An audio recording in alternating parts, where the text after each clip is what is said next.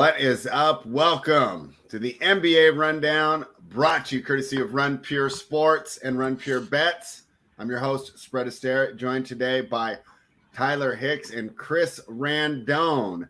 So, Chris, I got to start by asking you this. I think my display name is so clever, and no one has any idea what I'm talking about, I realized. Do you know what my display name is best of? Spread Astaire. I mean, I would think the betting the spread. Do you know who Fred Astaire is? No. Before he answers before you go any further into that spread, Randone, what year were you born? 1987. So the dude died when Randone was born. He's still one of the most famous people. He got a shout out in Madonna's cult classic Vogue. All right. American Dancer? Yeah. I never even heard of this guy. Yeah, so I have this clever name and no one even knows what I'm talking about. So there we go.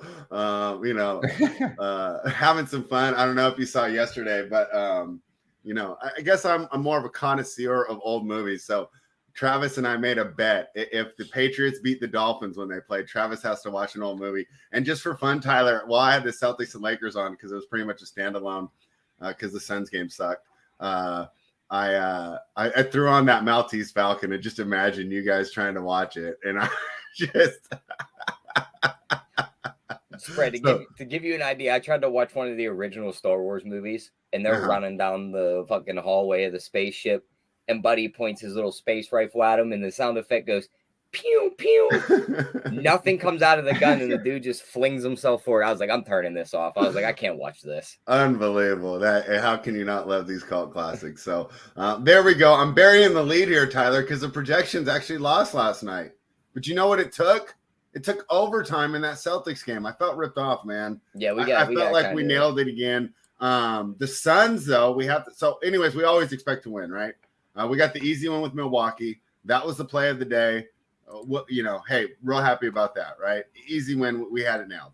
The Suns, though, what do we make? I was wrong yesterday. That's their fifth loss in a row now. I thought it was 4. That's 5 losses in a row to Phoenix, losing to the Pelicans in New Orleans. Well, whoop-de-doo, right? I'm not ready to downgrade them off that. Boy, is Devin Booker that important to this team? Did you watch that Suns game? I watched as much as I could before I just turned my stomach because it was like I'm not used to losing these RPB tags. Did you watch the Suns and Rockets, Tyler, and what were your thoughts? I probably watched just as much as you. I want to get this box score pulled up real quick just because I want to touch on something, and it was big with the reason why we lost that game. Because one of the guys we penciled in to just dominate Miles that game. Bridges? Yeah. 4 for 24, 2 for 10 from 3. I mean, everyone had him penciled in for a big game. He was supposed to be the guy that stepped up here, and he didn't do a damn thing. Buddy couldn't take a shot to save his life. Ayton got ejected. There was just nothing they could do. Campaign didn't come back in the second half. And then the Rockets just ran away with it. So I don't know if it's the Rockets are a little bit better than we think, or if this Suns team is just crippling right in front of us. I think it's number 2. Chris, did you watch the Rockets and the Suns, and what do you think? Are the Rockets better, or are the Suns just in trouble without Devin Booker? Did you see that game, and what are your thoughts? I mean, first off, 4 for 24 is wild. I think any of us can come off the bench. You give us 24 shots, I think we're making more than 16%. I don't know. That's just my opinion. But the Ayton obviously ejection was big. That was in the first half. He was a pretty big popular play last night in DFS as well. But I think without Devin Booker, this team is just mediocre in my opinion. CP3 is also older, and if older, I mean he's washed. Yeah, he's just not anything of what he used to be. So, first of all, he shouldn't even been good for the last 3 years. I mean, just to be playing point guard at this age is crazy. It's absolutely crazy. And the minutes that he plays too. Yeah, I mean, look at like the greats, like Iverson, right? He was like done at and he was way better than Chris Paul in his prime. He was done at like 31, 32. Remember Darren Williams? He was on the Nets. Yep. I mean, he was in the conversation with Chris Paul as one of the best point guards right around 2009, 2008, right? I mean, my memory, blah, blah, blah. That was when they were trying to compare him and Boozer, John Stockton, and Karl Malone. Yeah, right? And I mean, he's been retired for 6 years. I think he went to MMA fighting, right? I mean. No, he did the boxing. I think he knocked someone out. Yeah, but you understand my point that he shouldn't even older, a big, I can understand. Be a guard to play this late. I mean, we have to give him credit. But I'm not surprised that he's fallen off a cliff right before our eyes. So, and I'm sure the Suns will turn it around because, like you said, Devin Booker was such a big deal. All right, enough of me complaining about the losses. Let's talk about the two big games. Bucks and Warriors, do we take anything away from that? I mean, I think that Andrew Wiggins, it just shows you how much he means to that team. Kind of throw that result out if they're fully healthy. Hey, great on the Bucks. And did you see the Celtics Lakers, Chris? And what were your thoughts on either of the two TNT games? Yeah, no. Golden State is a completely different team, especially away, from home. They just play different. It seems to me that they just can't win on the road. I think we've seen that so far this season. Andrew Wiggins obviously is a huge impact, right? Two-way player. He can play defensively. He's good on the boards. And they just don't have that type of athleticism right now in that position. And so, yeah, I mean, I think it hurts them, extremely. But the Bucks are also, with Middleton back, and then once Drew Holiday is back in the lineup as well. I mean, at full strength, this Bucks team is pretty well rounded, especially off the bench. But Bobby Portis absolutely destroyed them last night. I don't know if you guys saw that, but he came in and just worked them down low. So for me, yeah, Golden State really is a team that they could fall off here. I mean, I don't know, especially with what we've seen in the West right now. A lot of other teams are getting pretty stronger. And then for that Boston Lakers game, I thought the Lakers were going to pull it out, man. I thought that they had a shot. Russell Westbrook played great off the bench. But Boston's just too good, man. That dual threat combo of Brown and Tatum is it's got to be the best tandem in the league, in my opinion. Interesting. Yeah, I don't know. Who do you think? Who do you think?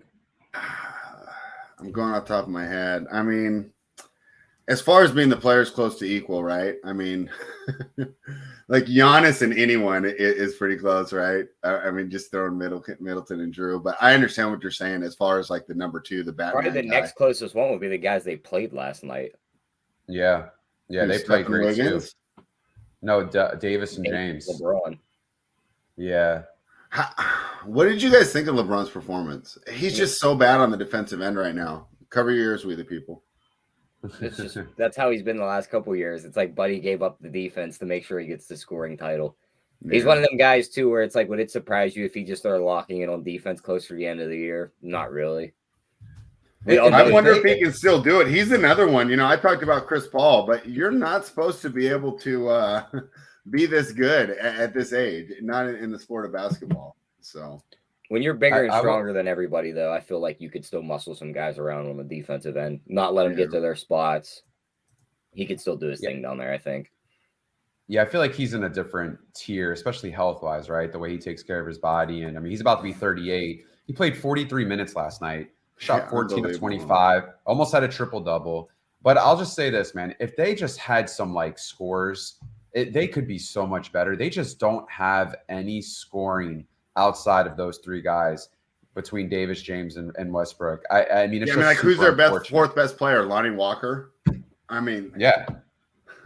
I mean, they just don't have anyone that like a true raw scorer, they would benefit greatly from like a Buddy Hield, right? Like Buddy Hield would be super nice on this team if they had that type of option, but they don't. Even like a Klay Thompson, right? Like at this age, like you would take a Klay Thompson in this type of scenario. But unfortunately, they just don't have anyone that if they're off, then they can't go to anyone else. And that's why they can't. That's why they are the way they are right now. That's just an unfortunate situation because Davis is playing at a high level. Bring my guy Melo back to shoot some corner threes. He could put up some points. He's not going to play defense. Not playing defense, but Buddy can get some points. Yeah, are those 2005 ISOs? Yeah, that's what they. Yeah, do. Right. All right, let's say what's up to the chat. Our guy, We the People. Let's give him some credit, right? We like to make the jabs about the defense talk, but he's sharp NBA better, bringing you knowledge in the chat. He had Rockets money line last night, Tyler. He went against us and cashed that ticket. We'll give him some credit there. My guy Parabay hit the 50 times. Guys, Parabay is going above and beyond, but just for the good mojo, you just need to hit it once. Give us that like. Tyler and Chris Randone and I are going to break down the whole NBA card. We the people saying too bad Mangone isn't here, trying to see him slander Westbrook today. We're not going to go into the Westbrook talk, but you can take that victory lap. My guy Robert talking about LaMelo Ball's upgraded to questionable. He could definitely help that team. Size beat the Warriors. This is from We the People. I agree. That was one of the big parts of the handicap. And my guy, Ned Desafai, I didn't realize this. He threw it in the chat one day, Tyler. This guy's repping like 315. Wow. Yeah. Don't want to see that guy in a dark alley. Bucks in 6. Love it. Let's jump into tonight's card. Those aforementioned Golden State Warriors have to play the back-to-back against the Pacers. You know what that means. This team doesn't care right now. We could have a big injury report. Tyler, I haven't pulled it up yet. I'm scared. Do we bet them right now, the Pacers? I don't know, because I don't hate the baby Warriors. They're 2-1 against the spread when they sit everybody. Yeah, but we're also getting them guys at like +9. The Pacers are underdogs. So you can just try and middle it. Well, no, the Pacers are +100 to win the game. So it's I kind of want to take them now before the laundry list of injury reports shows up and it's Wiggins, Clay, Steph, and Draymond aren't playing.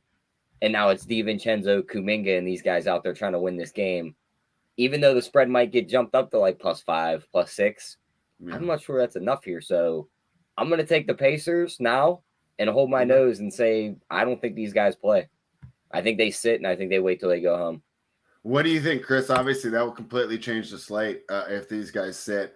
Give us just a brief outlook. If they play, we probably fade this game. Am I right from a DFS perspective? But if they sit, there's going to be the Jonathan Kuminga 75%. They also have Philly on Friday, so they could be looking forward to that game more here. Yeah. Who does? The Warriors? Do they know Philly? Do they care about anything right now? I don't know. Probably not. I don't know if they do either. Chris, what are your thoughts on the Warriors Pacers? Yeah, no, I think if they all sit, you'll see guys get a bump like DiVincenzo, even though DiVincenzo's price has now gone up, but he's been playing pretty damn well, and he's getting into like the 27, 28 minute mark now. So you could obviously see exposure go to him. Kuminga, maybe a little bit of that guy, Anthony Lamb. We kind of talked about him before, but another guy who's starting to get, 20 plus minutes here and there. So yeah, I think, you could go there if you want. I mean, obviously it's so early right now from a DFS perspective, but I do like Indiana here, especially if Halliburton and Hield are playing. And yeah, I think Indiana can handle the baby Warriors here, in my opinion. Yeah, right. So we'll see if we get the baby Warriors. I wouldn't be surprised. Tyler says bet it now. I'll listen to Tyler. Let's put that in. The next game we have on the docket, the Atlanta Hawks are -2.5 in Orlando, taking on the Magic. Total of 225. I ran the projections. Tyler, I'm going to have you help me. I haven't done the tags yet to see what we're really going to target. I figured I'd talk to you first. My projections, though, had a lean to take the Magic plus the points here. Of course, we're not sure about this Hawks team, right?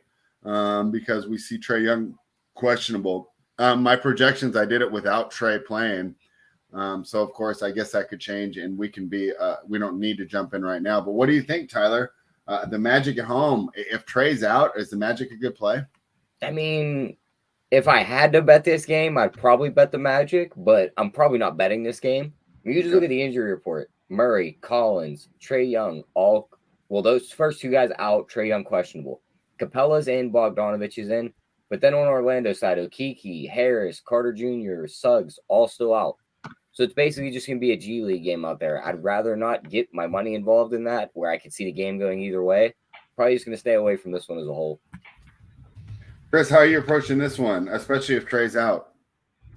Yeah, I agree with Tyler. I don't like it from a betting perspective. I think it could go either way. If Trae plays, obviously I would probably lean towards the Hawks side. I mean, for the first, few players in this game, as far as projections tonight for DFS, they're all, going to the Hawks side with Bogdanovich, Young, and Capella. But I will say, if you want to consider some guys that won't get ownership but have kind of balled out lately, Franz Wagner has absolutely crushed it, especially the last couple games. And he's shooting a lot. And the volume is there. The usage is there. With these guys out like Suggs and Okeke and Carter, it just continues to give a bump to them. So, I know people will go to Paulo as far as like the first guy that they think on the Magic, but Franz Wagner is 6,400. I don't mind that play whatsoever from a DFS perspective. I'm trying to think of what his real name is. Matt Moore, Hardwood Paroxysm on Twitter.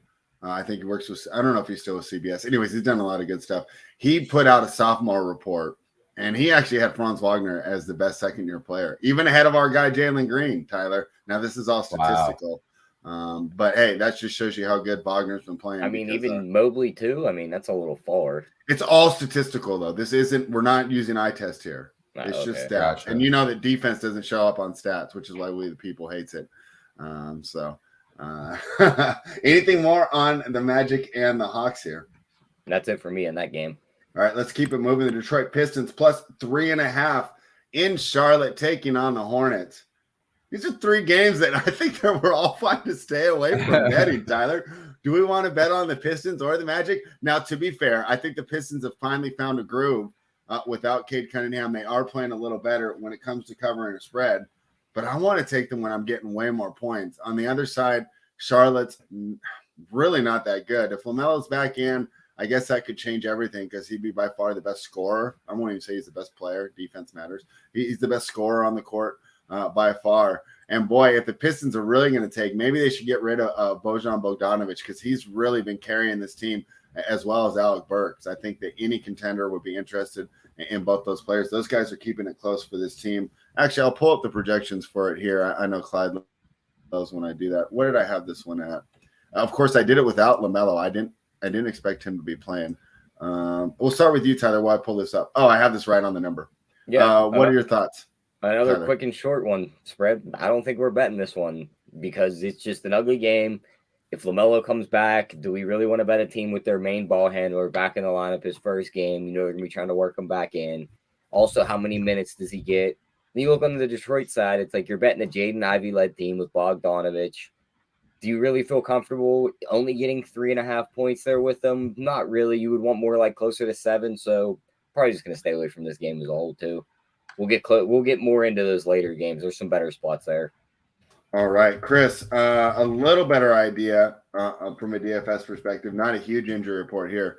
Any interest in this game with the total 228.5? Well, LaMelo Ball is definitely out. I don't know if you guys saw that. So Robert was wrong about that? Okay.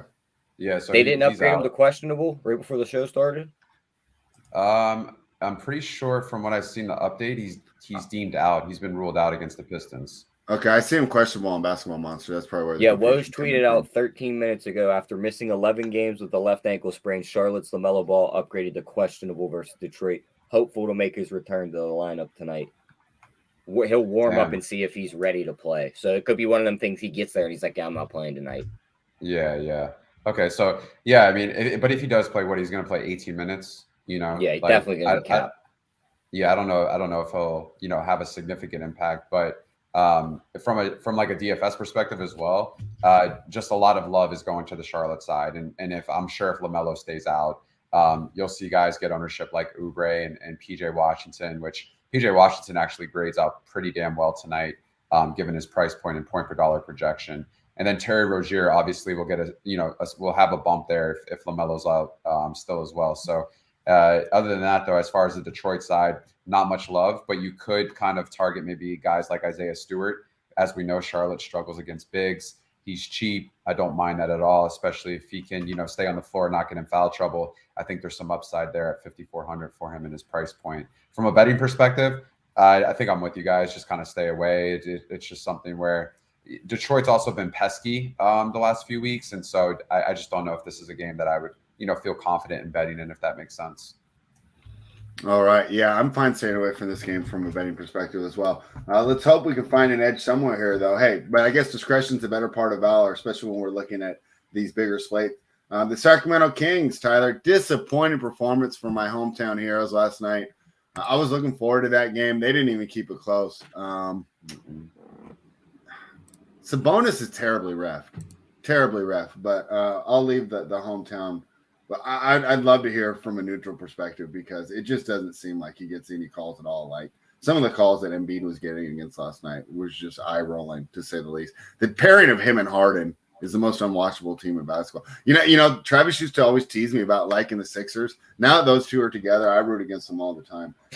But this is a tough spot here. Now the Kings have to go to Toronto, take on the Raptors. The Raptors are laying 4.5, total of 232.5. Kings should be tired. We like the Raptors at home, even though they'll probably be missing OG Anunoby. Tyler, start with you. What do you thought? Yeah, even missing him, I think they still have enough firepower. I think they win this game pretty easily. They got to travel from Philly up to Toronto after Is last this our night. first bet? Yeah. Do I put it in right now? Yeah, All right, Toronto I'm in. -5 is definitely the first one. I like We the People's calling the Siakam double-double. I don't see a double-double listed for him in these performance doubles, but they do have just a 10-plus rebounds in Toronto wins at +240. That's the way he gets there. I doubt it's the assist. If he gets the assist, he's probably triple-doubling. So that at +240, definitely like that. Him to score 25 plus and they win at +150, don't mind that either. And then Van Fleet over 20.5 points and they win +160 is another way I'd come with that game. All right, Chris, how are you approaching this one? Are you going to join us betting the Raptors, and how do you see it from a DFS perspective? Yeah, I mean, every time on this show, I also put together a parlay. So we're going to throw Toronto in that parlay as well for these matchups. But outside of that, from a DFS perspective as well, love the Siakam call, like from Tyler, like for the double-double potential opportunity. He grades out very well tonight, even though he's 10.5K. This is just one, a good matchup for him, and two, a lot of usage is just running through him right now. Don't mind it. Ownership is not anything too alarming. And then another guy you should probably look at is Gary Trent Jr. He's been shooting a lot lately. He's only 5,700, grades out very well. And then other than that, though, I can, look at Van Fleet and Barnes and those guys. If they can fit, they fit. And then obviously your boy Sabonis, he got into foul trouble early on last night, but he still almost got there, even with. Did you watch that? That was some BS. Yeah. It was unfortunate. Like, what is he supposed to do? Just move out of the way? Is he like a bullfighter? I hated the way that game was officiated. I'm biased though. I live in Sacramento. No. I get it, but the thing is, he almost got there too. The fact that he almost didn't even play the entire first quarter after that, getting those 2 early fouls. So was very efficient. At the rim, he was 8 of 10. Had a double-double. Once again, he's another guy where don't mind him if you feel like he has upside tonight in DFS. But love the Toronto bet call. I do think Toronto they play great at home as well, so I like them to handle the Kings here. Are you guys surprised to see some of these Toronto guys in trade rumors? And if you were Messiah Jury or a Raptors fan, would you want them to move on? Weren't they in trade rumors last year too? It wasn't Siakam rumored, it wasn't OG rumored, but the packages were like, we'll trade these guys, but we're not hunting to trade them. Like, if you come to us with a great package, we'll give them up. Didn't they do that last year? Yeah, but then no trade was made, and now the rumors are back again. What are your guys' thoughts there when it comes to these NBA trade rumors? Or I think the Toronto Raptors. I think it's personally just that. It's just dangle those guys out there. They know they're not championship built, but if some team thinks they're one player away and they're going to overpay for one of these guys, like if you dangle Siakam out there and you could just house some team for all their picks and a couple young players, you probably do that because he's not the piece that pushes you over a championship spot. You get those picks, that team busts, now he leaves, now those picks are lottery picks, and you're set for the year. So they could go the route of like OKC without fully bottoming out. They could give up 1 to 2 pieces and still be a playoff team, I think. Chris, do you think we'll have some exciting Toronto Raptors trade news before the deadline? Obviously, I'm getting early here, but December 15th is the day, tomorrow, the first day that newly signed players can be traded. So the window kind of opens tomorrow. Yeah, I mean, I'm just curious, like what those packages look like. You would have to think Siakam is an expensive package, right? I mean, even kind of Van Fleet. I've heard of Trent and OG also being dangled around as those would be smaller. Trent would be the first one I could see going. Trent would be a good addition to the Lakers, in my opinion. Well, the Lakers, okay, everyone would be a good addition to the Lakers because that's one of the worst rosters in the league. And I just don't see a lot of teams caring about a pick that's 5 years away from now because you really have to have some job security to think that it's even going to matter for you as a GM, right? Let's say, Chris, you're the GM of the Kings, right? Am I going to be there to use that pick in 2027? So when I rather get a pick for like next year that I can actually use. Right. So that's why I always struggle with the Lakers there. And when they talk on these trade talks, just because they don't really. I mean, could Dallas call this team up and maybe try and put together a package for one of these guys to pair him with Luka? Who do you think would fit best there, Trent? Probably, but I mean, if they can get Siakam for not destroying their roster, that's a nice 1-2 punch in the West. Yeah. Wow. And he would fit good in the defense. Yeah. Sorry, Yeah. I used the D word, we the people. And he's still got Wood coming off the bench. Like, that's pretty solid. Yeah. I like that All a right. lot, actually. Anything more on this game before we move on? And that's pretty much it for me. I think we All right. found Well, at least we finally found a bet, though. So we're not just sitting here talking. We found one winner already. Let's see if we can find another one. The New York Knicks +4 in Chicago taking on the Bulls. Total of 225. Tyler, we were kind of down on the Knicks to start the year, but they've been mediocre, I'd at least say. I mean, they're not like a full fade. They're not a terrible team. But of course, I mean, is Jalen Brunson going to be out tonight again? He's questionable. Yeah, I saw him in a boot in that picture. Did you see that picture that was going around Twitter last night of their little their holiday party? Yeah. Yeah. All right. So I see Ryan Arcinishano, I can't say his name, and Brunson and Ayo Dosunmu are questionable. Caruso is probable. Start with you, Tyler. What do you think when the Knicks take on the Bulls? I'm probably not taking a side in this game. I don't like betting the Bulls. Brunson's out, so I really don't want to back the Knicks. If he's out, he could play. If he's in, would you like the Knicks? I'm probably still staying away from the side. But the projection, so we got a 5-point edge on this total? I think we just take the over here. Because those backup point guards are coming for the Knicks, like Quickly and those guys. They're going to push the pace. They're going to shoot a ton, and they don't play much defense. So definitely like the over in this spot. I'm going to bet that now. Over seem to go up during the day. So I guess off the projections, Chris, we like the over here. What are your thoughts? And hey, if this game goes over, any interest from DFS?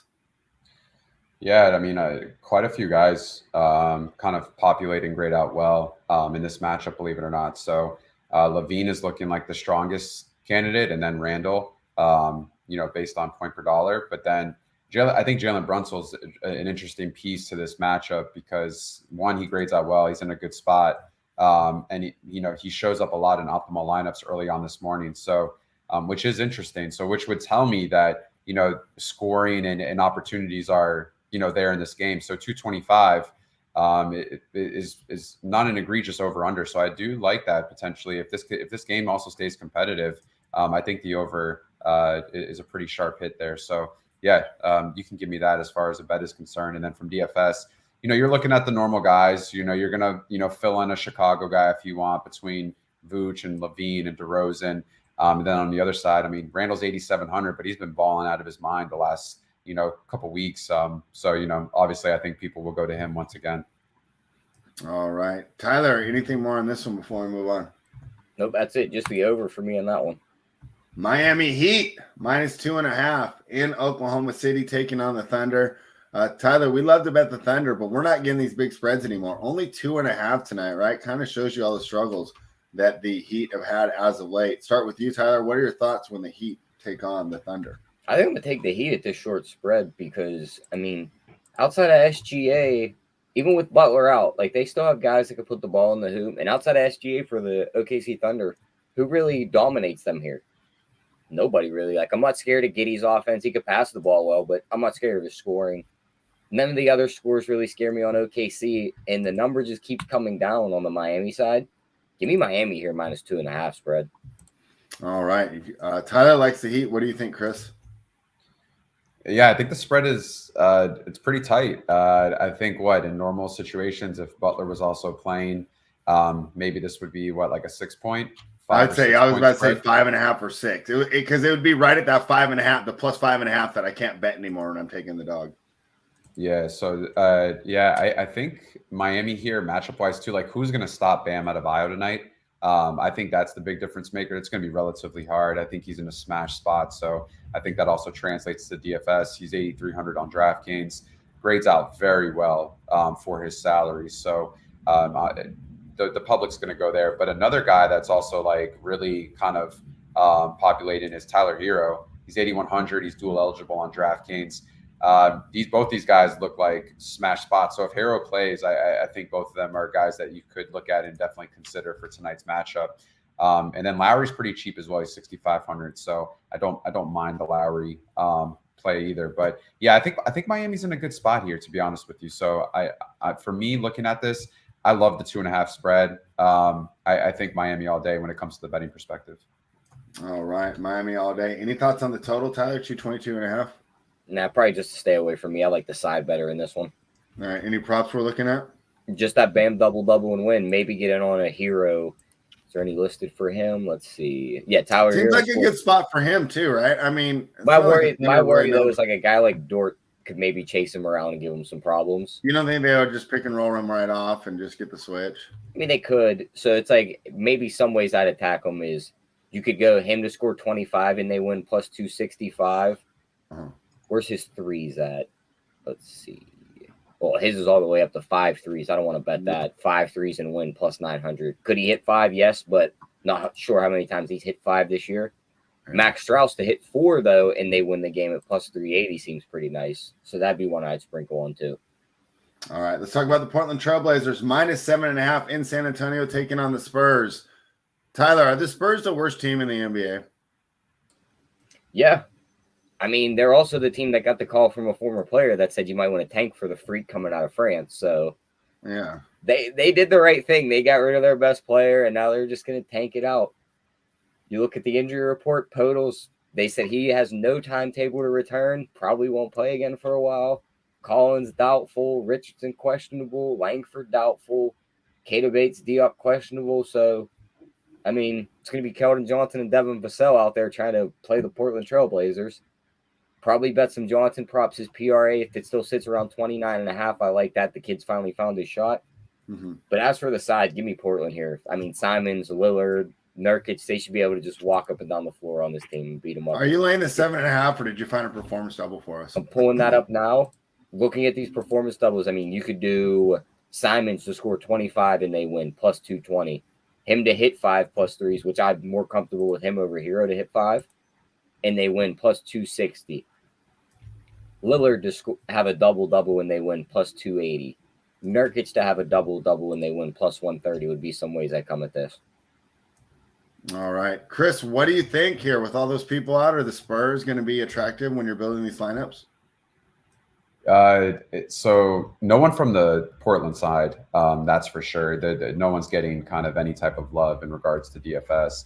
On the Spurs side, it's kind of like your couple of cheap casual guys, right? So Charles Bassey obviously is a guy that people are going to look at. He's 4,100, but he doesn't seem to like play through like that 21 minute threshold. So like really like what can he truly do in that maximum amount of time, especially with Nurkic and Grant there?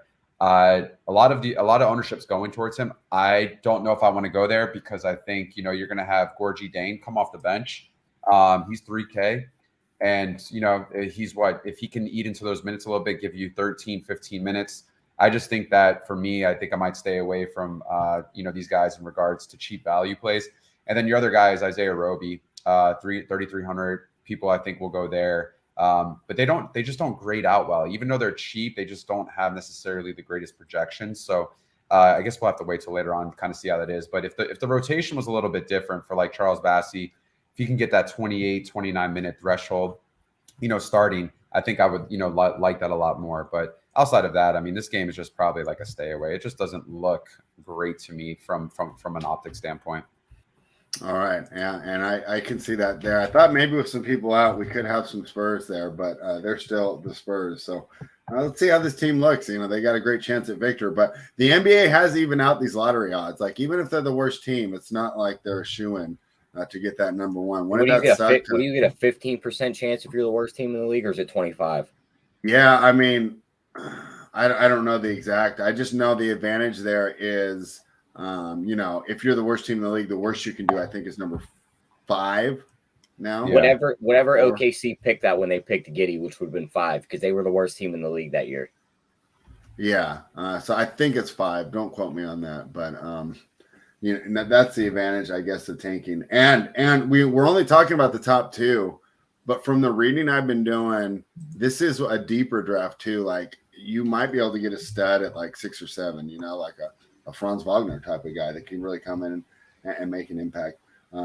Speaking of making an impact, the Cleveland Cavaliers plus 2.5 in Dallas taking on the Mavericks. Mavericks minus 2.5 at home. Tyler, we love the Cavaliers, but we love betting the Mavericks at home.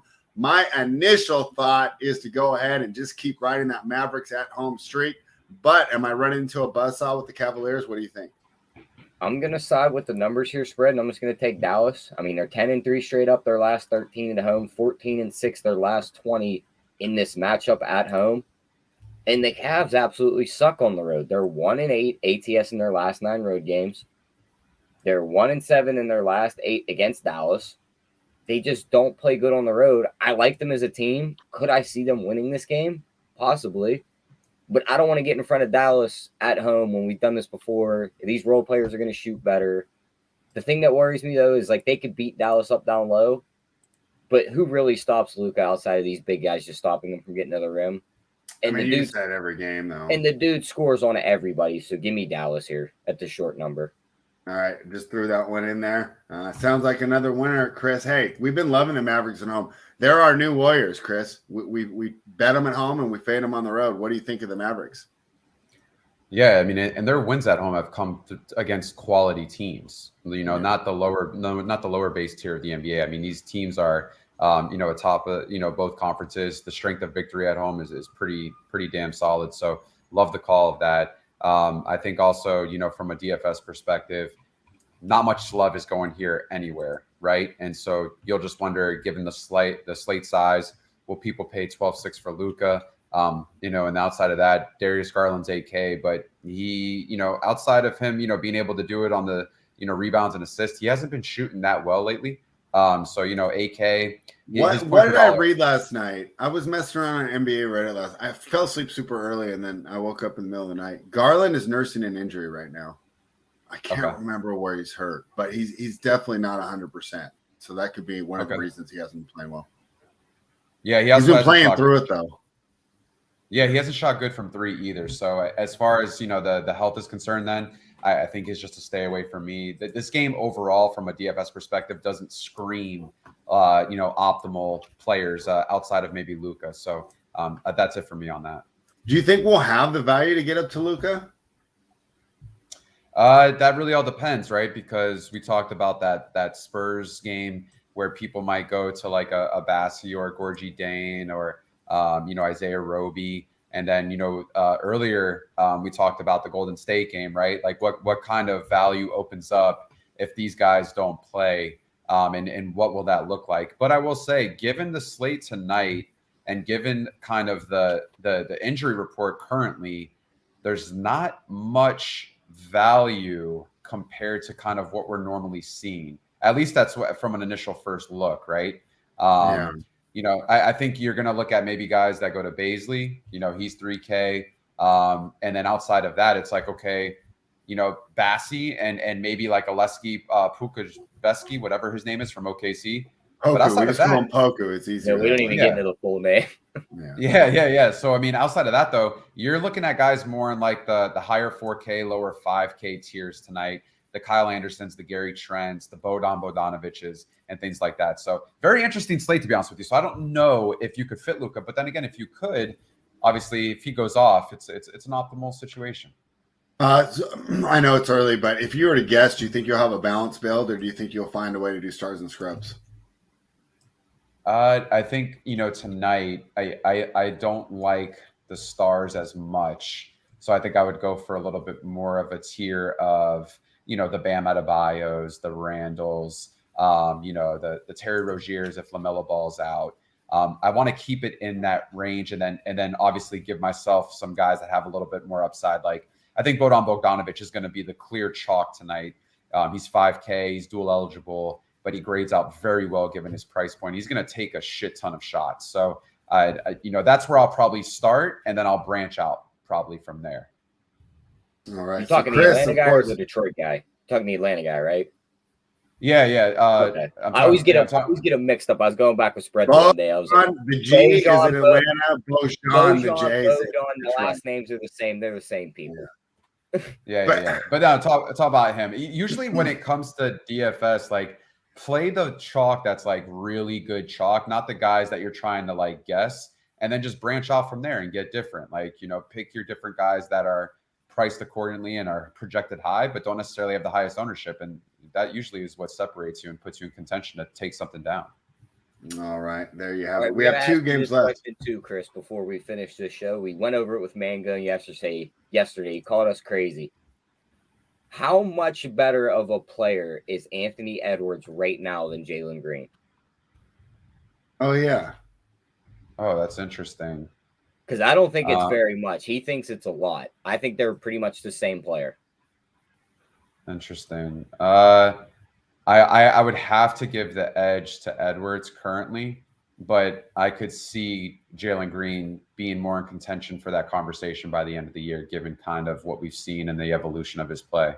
I love Jalen Green, though. He's one of my favorite young players in the league, and he's also got a lot of swagger. So, Buddy came into the NBA with a Versace deal. I mean, how many guys are coming in with that? Dude, he's an absolute stud. I do love Jalen Green. So, but that's a tough one because I know I've seen Edwards play, especially last year in the playoffs. Edwards can do it all, right? Two-way player. And I just think if he's more consistent from three, I think it's really hard to compete in regards to those two against each other. But it's an interesting topic of conversation. All right. So who's the vote for though? Because we're asking all the panelists. He took Ant Edwards by I'm taking Ant Edwards currently. Yeah. I mean, Edwards does play better defense, Tyler. I know he does play better defense, but when we argued, it was also like he categorized him. He's like Mikal Bridges doesn't have to chase around a Steph Curry and Ant Edwards. It's like, wait a minute. It's like one of those names doesn't fit. This is the military picture with the clown in the lineup. It's like, no, he's not in the top guys yet. I mean, I think on offense, Jalen Green's almost just as good as Ant right now, just as far as scoring. Ant's probably a better passer. I think he's definitely a better rebounder because Ant's scoring comes and goes. I know he's playing in a jacked up system right now, but even last year when the system wasn't jacked up, there'd be one game the dude would score 30 and not miss a shot. And the next game the dude would give you 10 and miss 20 of his 30 shots. Yeah. All right. Let's talk about the Washington Wizards, who are now plus 10. They're plus 10 in Denver, Tyler. Might be dog or pass here, spread. You can't bet the Nuggets at 10. What do you think? No, you can't. You can't bet this Nuggets team at 10. You don't even like the Nuggets. I like the Nuggets more than you, and even I'm like, no way. How is this 10? I know Porzingis is out. Who else is out? He's not out. I know Beal's out too. He's questionable. Both of those guys are questionable. Monty Morris is questionable. Hachimura is out. DeLon Wright's out. This line says neither of them are playing. Yeah. Line says neither of them are playing. Denver likes to play with their food, and they don't like to beat up on teams. Would it surprise us if Washington's in this game late and then Denver wins it? Not really. Probably a dog or pass for me here. Yeah, I don't even think I want to get in on the dog, though. What do you think, Chris? I don't want to get on in this game. It's nothing. I get like upset stomach looking at this game. So not even from like a DFS perspective. Really, even if those two sit, you don't like some Kuzma action or something. So if Porzingis is out, I really like Daniel Gafford. I've talked about him before on the show. Okay. He's 3,800, but I think he gets a significant bump. I also think if Porzingis doesn't play, it's even more of a blowout, which I think even gives Gafford a little bit even more run. So I think for me, I would look towards Gafford for sure. And then maybe if you want to consider some, Bones Highland at 5,300, especially if this is a blowout, he'll get a little bit more run as well. He projects, not bad for his price point. But I mean, even the public, some of the public likes Jamal Murray at an early look. But outside of that, no one's really going anywhere. Not even Jokic. So this is kind of like a non-existent game for DFS, especially if Porzingis is out, then we could see a little bit of value open up and stuff. But there's really just nothing to like, especially, travel. You go to Denver, high altitude, you're missing some of your star players. It's a no-go for me. All right. Anything more from this one, Tyler? Total's 225 there. Any other ways to look at this one? Nah, I think it's pretty much dog or pass for me on this one. Don't want to get in on the total, and Denver's just kind of coasting. The total doesn't get there. So just stay away from me other than the dog. Yeah. Someone mentioned in the chat, Will Barton revenge narrative coming back to Denver. Don't mind it. If he does what he did last game, he played 33 minutes. He shot, very good from the field. He made 4 threes. He dropped like 42, 43 fantasy points if I remember correctly. So he's also dual eligible. So yeah, I don't mind that. Whoever said that in the chat, it's a great call. It's our guy, We the People, always giving out good picks. Tyler, he says he likes the over on PRA. Do you agree? I don't hate that in a revenge game. You seen DiVincenzo chuck up a ton of shots yesterday against the Bucks, the team he used to play for. Yeah. I wonder. I said that DiVincenzo was like real revenge. Like sometimes Travis is like, oh, they played for him in 10 games on a 10-day contract 2 years ago. I don't know if that's real revenge. I think DiVincenzo wanted to stay in Milwaukee. I wonder if Barton wanted to stay in Denver or he was happy being traded. But yeah. What about this one, Tyler? Jokic, double-double, and Nuggets win. Your favorite MVP. Are you going to back that one, Tyler? There's not even performance doubles listed for this game. And when that one does come in, it's going to be like minus 250. It's not even worth it then, right? No chance I'm laying minus 250 on a Denver Nuggets team. Yeah, I figured that. All right, let's go to the last game of the night. The Minnesota Timberwolves and our guy Anthony Edwards. Will he play better than Jalen Green? Plus 6.5 in Los Angeles, taking on the Clippers. 223 is the total here. Tyler, why are the Timberwolves getting 6.5? That seems too much to me. I mean, does seem like a lot, but with the Clippers guys back in their lineup, Russell's questionable. Well, Leonard will sit, right? Because he played last night. Off the injury report, they didn't play last night. They played 2 nights ago. Oh, so I'm sorry. So he's going to play. I'm sorry. I read that and I forgot it wrong. He's going to play tonight, I read, and sit tomorrow. Yeah, so he'll be in there tonight. Now that line makes a little more sense. Both their guys on the floor, give me them. Give me the Clippers here. They've been known to beat up on Rudy Gobert. I'm not worried about him in the paint. They know how to just pull him away and just shoot threes around him. This team has a bunch of guys that can get hot from three. PG looks great recently. There's nobody that can stop him on that end. Give me LA here. I think they smash them. All right, Chris. My initial idea was the 6.5 is too much, but Tyler thinks the Clippers run away with it. How are you approaching this game?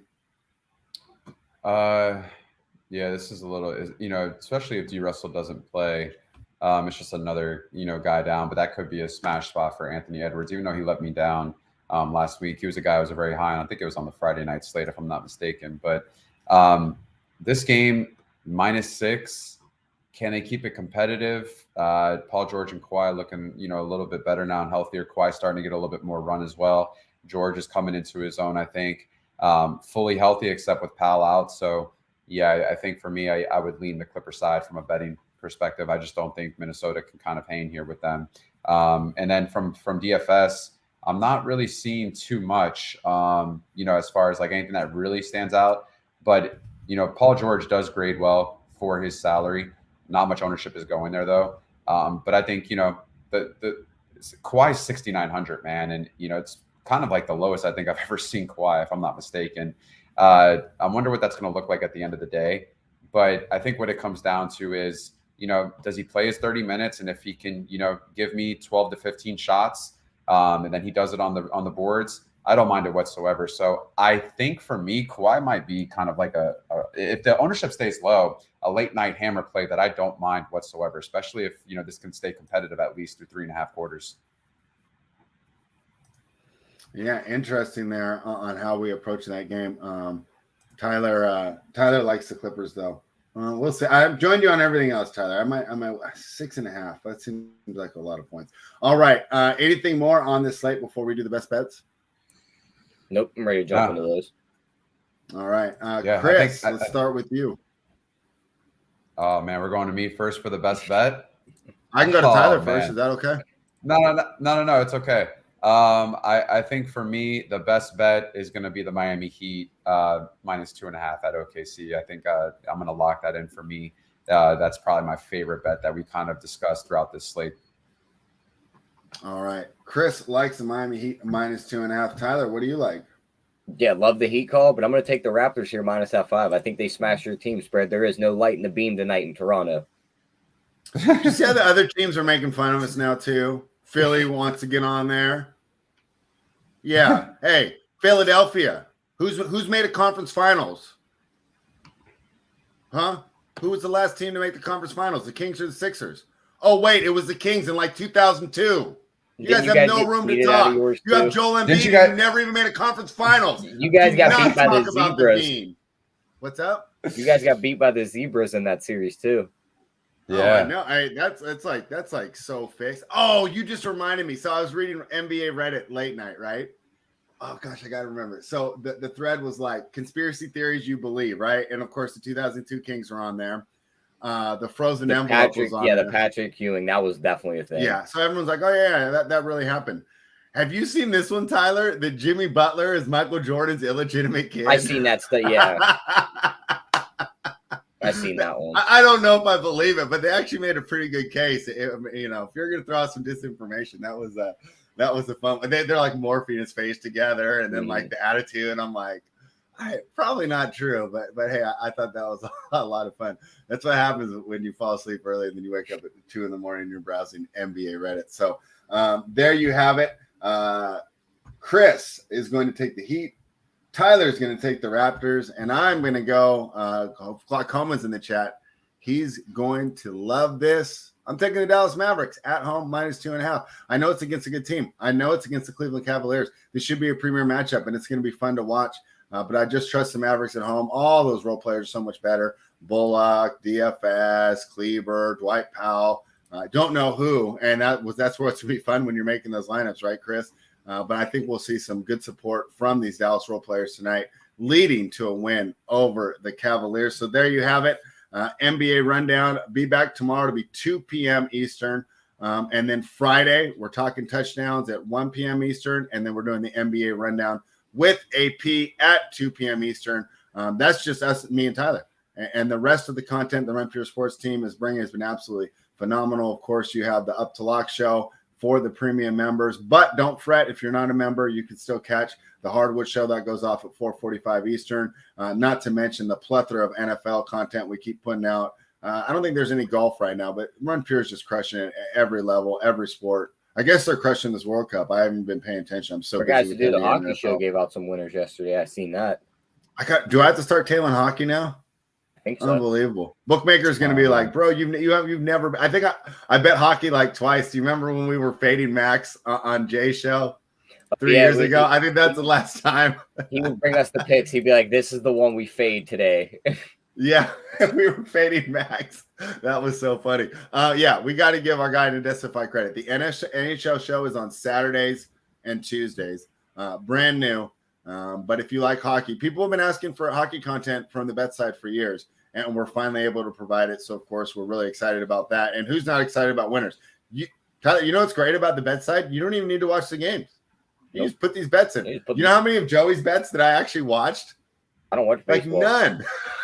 We just bet Joey. I wouldn't even check the scores sometimes. I just, Joey work winner.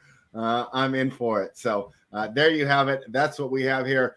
Chris, I hope you're ready. You think you should know the deal now. It's the words of wisdom before we sign off. What, the words of wisdom from me? Yeah.